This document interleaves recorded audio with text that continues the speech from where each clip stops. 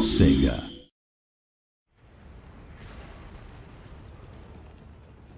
Hello, my name is Jack Lusted and I'm the lead unit designer on Total War Rome 2. Today, I'm going to give you more insight into the game and some of the hot topics from the forums. With siege battles in Rome 2, we've really wanted to change how the game plays in these battles. In previous Total War games, these battles have often ended up being a bit of a meat grinder at a central capture point at the end of the battle, which hasn't been very fun. Shogun 2, we changed it up with the multiple levels of castles and many different attack routes, which made the battles more dynamic. But that was facilitated by the design of Japanese castles. With Rome 2 and the switch back to traditional big walled European cities, we had to take a different approach. And what we're doing is adding in multiple capture points within the city.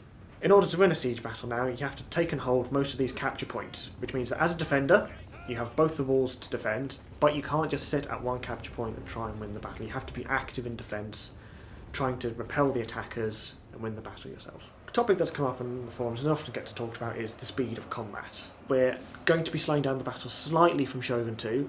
How much we can't say yet because it's all about the fine balancing as we go past alpha and beta.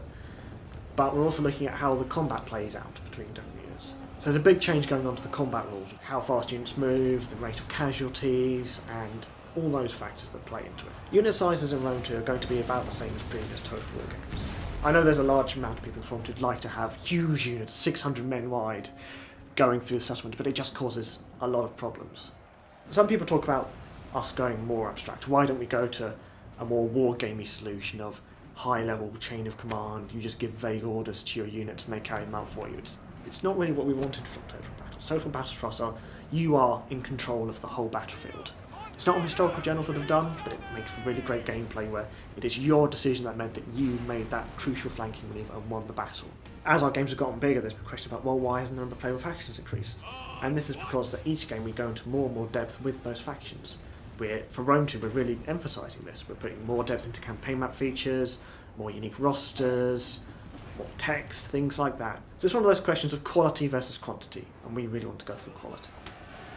So people have raised concerns based on the unit rosters in Shogun 2 that in Rome 2 the factions will be very generic and similar. I mean, Shogun 2 was the way it was because it was all about the Japanese Civil War and the Sengoku Jidai. The factions were essentially the same, so there wasn't much possibility for variety. With Rome 2 we're covering a vast area with very diverse cultures and looks, and we are representing that in the game. We have the most units in any Total War game to date, and they'll also be the most regionally diverse units as well. So Celtic units will look different to Germanic, will look different to Iberian, will look different to Roman. It's all an emphasis on that because that massively increases the variety of gameplay you see and makes it feel really different when you're fighting on different parts of the map. The Siege of Carthage video was done pre-alpha, so it's a very early stage of development, and a lot's changed since then. So at that point we got unit looks in to create diversity and look good, but it wasn't with the final system. As we release more art for Rome 2, you will see this difference between what we showed in Carthage and what the units will look like in the final game.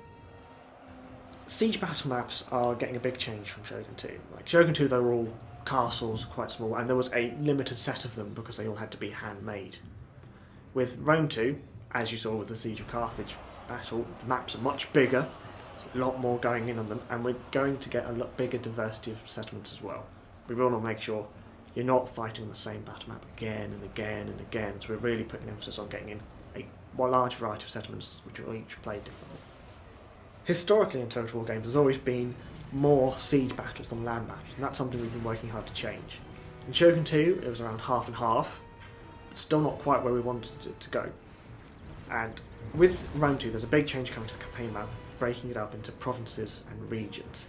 Won't go into too much detail about the mechanics yet, but one of the emphasis behind this is making there be less siege battles, but making those siege battles more epic and more meaningful, because they happen less often.